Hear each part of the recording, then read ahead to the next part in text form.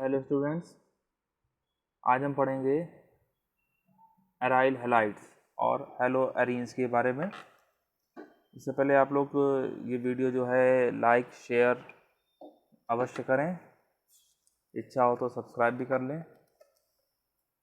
ठीक है, तो हेलो एरीन्स में सबसे पहले हम पढ़ेंगे न्यूक्लियोफिलिक सब्स्टिट्यूशन रिएक्शंस। ठीक है, तो जैसे आप लोगों को सबको दिख रहा है ये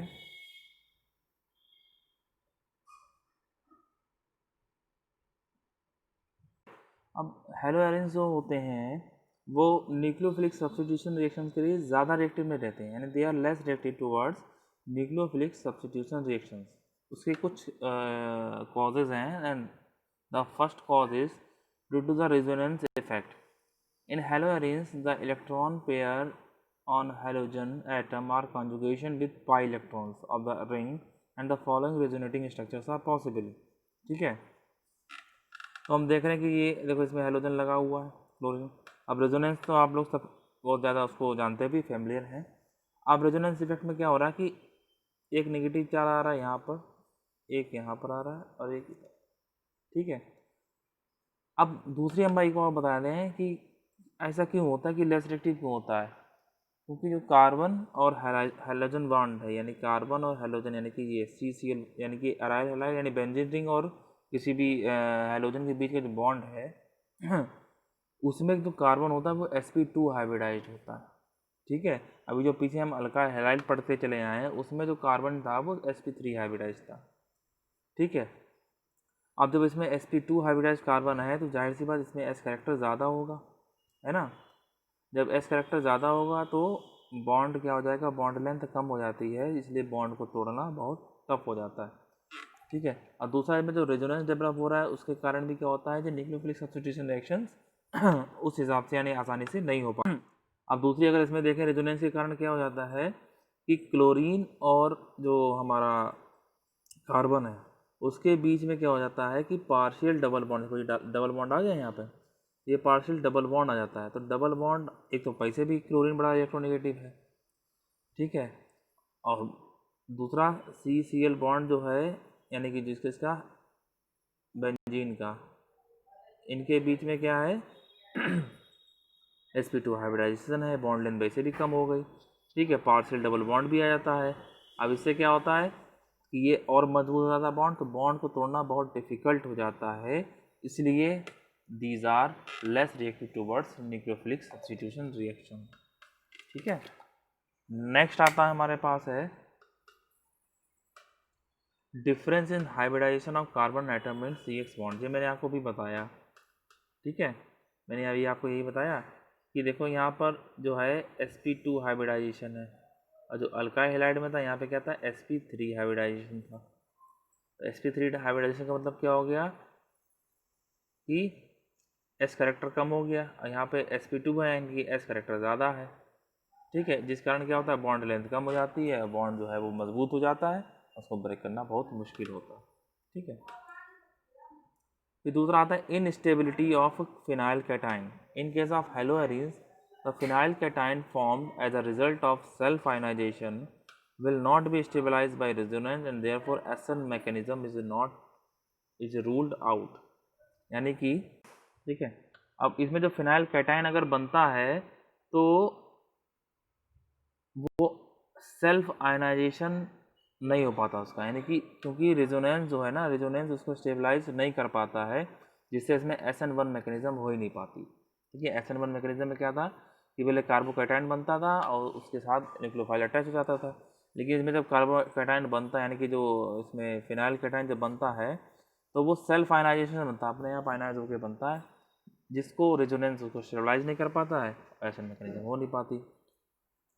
तो फोर्थ पॉइंट है because of the possible repulsion it is less likely for the electron rich nucleophile to approach electron rich arene. ठीक है, दूसरा ये कि भाई बेंजीन की रिंग है, अल्टरनेट डबल और सिंगल बॉन्ड है, अभी बताया था कॉन्जुगेशन होता है पाई बॉन्ड का और सिग्मा बॉन्ड का। तो दूसरा S करेक्टर ज़्यादा होता है। ठीक है, दूसरा क्या है, S करेक्टर ज़्यादा होता है। ठीक है, तो हेलो एरीन्स में जो अराइल ग्रुप है यानी जो बेंजीन की रिंग है उसमें वैसे भी इलेक्ट्रॉन रिच ज़्यादा होता है, ठीक है। तो उसमें जो न्यूक्लियोफाइल क्या होता है, एक इलेक्ट्रॉन रिच कंपाउंड होता है। अब वैसे भी डेंसिटी बहुत ज़्यादा हाई होती है बेंजीन रिंग में इलेक्ट्रॉन्स की, तो जिस कारण क्या होता है कि दूसरा हाई डेंसिटी न्यूक्लियोफाइल जिसमें इलेक्ट्रॉन ज़्यादा होता है वो उसको अप्रोच ही नहीं कर पाएगा, रिपल्स नहीं लगा देता है वो, ठीक है। दूसरी बात है रिप्लेसमेंट बाय हाइड्रोक्सिल ग्रुप।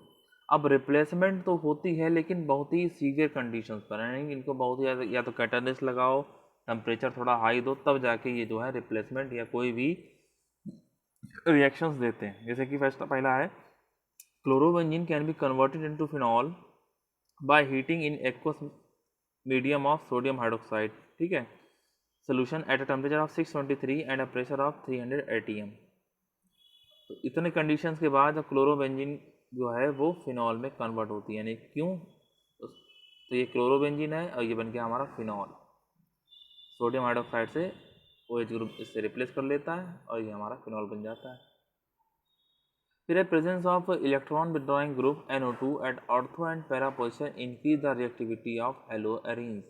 ये भी बहुत बढ़िया टॉपिक आ गया कि जो नाइट्रो ग्रुप है, जो क्या इलेक्ट्रॉन विड्रॉइंग ग्रुप होता है, जो इलेक्ट्रॉन्स को अपनी तरफ खींचता है।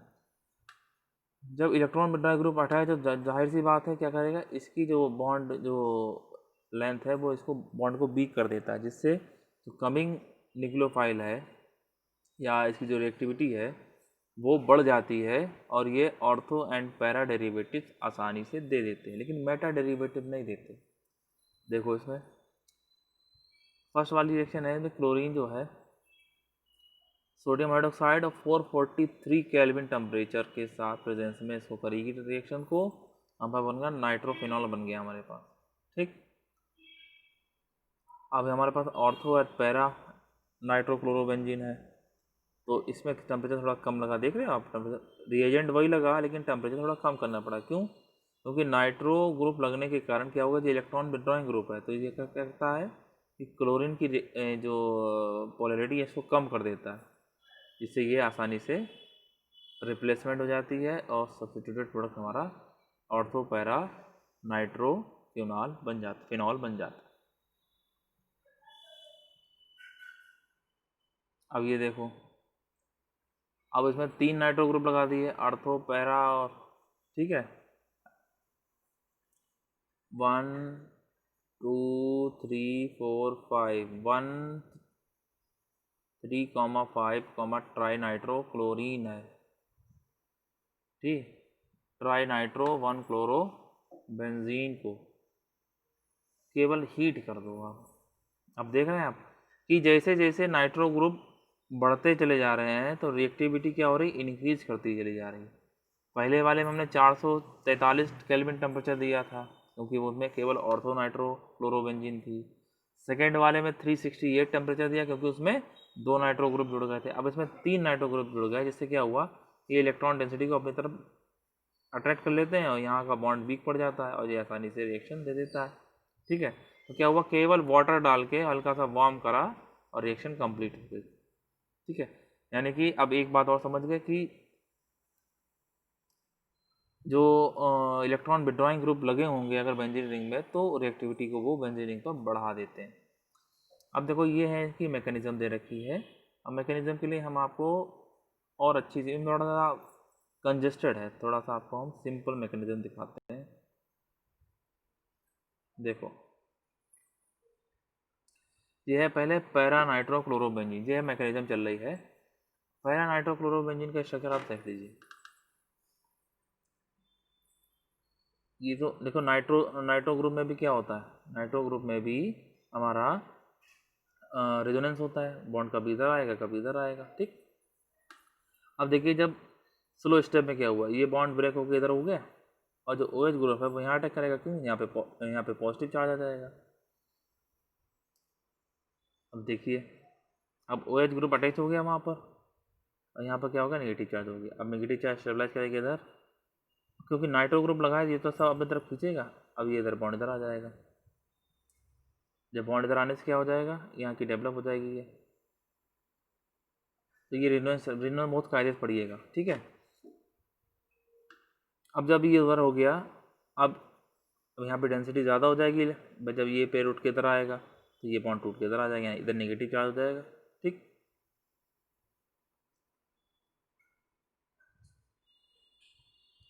अभी थर्ड स्टेप में देखिए कि नाइट्रोजन और बेंजीन रिंग पर डबल बॉन्ड बन गया, ठीक है। अब फिर रेजोनेंस चल ही रहा है। अब ये जो डबल बॉन्ड है ब्रेक होकर इस साइड आ जाएगा और ऊपर वाला जो है उधर चला जाएगा, ठीक है। ये इधर चला गया और ये इधर चला गया।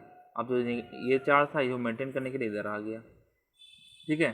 तो फिर हमारा इधर डबल बॉन्ड बन गया। अब फोर्थ स्टेप पे देखिए, फोर्थ स्टेप पे देखिए तो ये हमारा इधर डबल बॉन्ड मेंटेन हो गया, इधर से इधर नेगेटिव चार्ज मेंटेन हो गया, इधर डबल बॉन्ड हो गया। अब ये ब्रेक होकर इधर जाएगा और ये जो है इधर आ जाएगा। अब क्या होगा, ये पूरा रेजोनेंस बन जाएगा ना ऐसे करके, ठीक है। देखो ये क्या हो गया, ये हो गया आपका रेजोनेंस हाइब्रिड। ये देखिए ये और ये, ठीक है।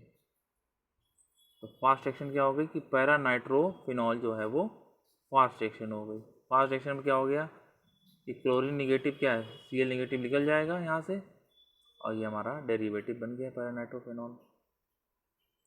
ये क्यों हुआ, क्योंकि नाइट्रो ग्रुप जो है उसने अपनी तरफ इलेक्ट्रॉन पेयर को खींचा, जिससे इनकमिंग जो न्यूक्लियोफाइल है वो आसानी से अटैच हो पाए, बना ये टूट नहीं पाता, ठीक।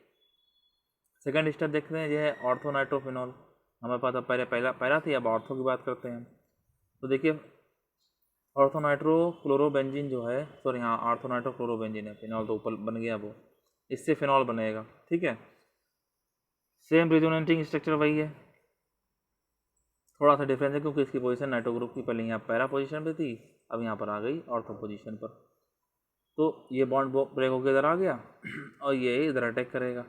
क्यों जैसे ये बॉन्ड टूटेगा यहाँ पे क्या होगा भाई, जो है डेंसिटी कम हो जाएगी, तो ये तुरंत अपना यानी कि इलेक्ट्रॉन की डेंसिटी कम हो जाएगी और ये अपनी इलेक्ट्रॉन डेंसिटी हाई के साथ यहाँ पे अटैक कर दिए, तो यहाँ पे ये जुड़ गया आके, ठीक। अब इतना तो समझ गए। उसके बाद फर्स्ट स्टेप देखिए, फर्स्ट और सेकेंड स्टेप।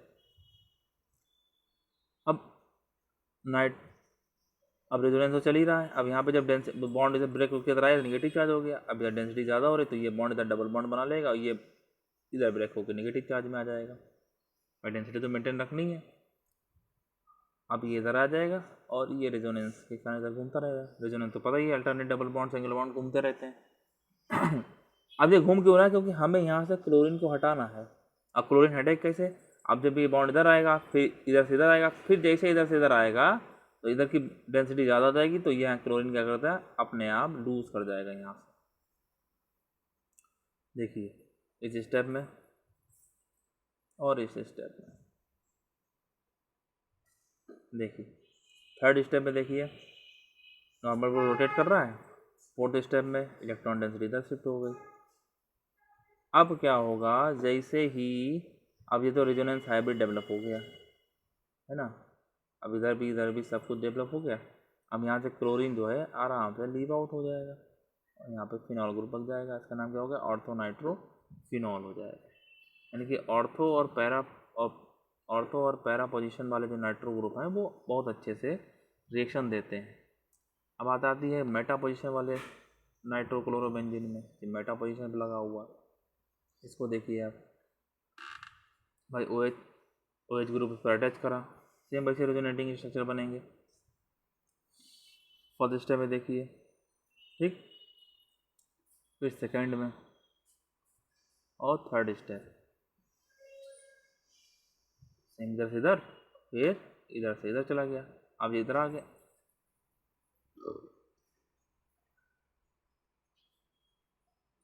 अब देखिए, अब जब ये इधर से इधर आएगा तो जाहिर सी बात यहाँ पे डेंसिटी ज़्यादा हो जाएगी, तो क्लोरीन ग्रुप इधर से लीव आउट हो जाएगा, ठीक है। अब क्लोरीन ग्रुप जब लीव आउट हो गया तो हमारे पास क्या होगा, मेटा नाइट्रोफिनॉल बन जाएगा। लेकिन ये लेस रिएक्टिव होते हैं, मतलब कि ये जो है मेटा नाइट्रोफिनॉल जो है वो कंपाउंड की यील्ड जो होती है वो कम होती है। अब बात करते हैं इलेक्ट्रोफिलिक सब्स्टिट्यूशन रिएक्शन की। तो haloarenes undergo the usual electrophilic reactions of the benzene ring such as halogenation, nitration, sulphonation and Friedel Crafts reaction, ठीक है। मतलब ये नॉर्मल ये 4-5 टाइप की रिएक्शन देते हैं, ठीक है। उसके बाद क्या है, halogen atom beside being slightly deactivating is ortho para directing, therefore further substitution occurs at ortho and para position with respect to the halogen atom.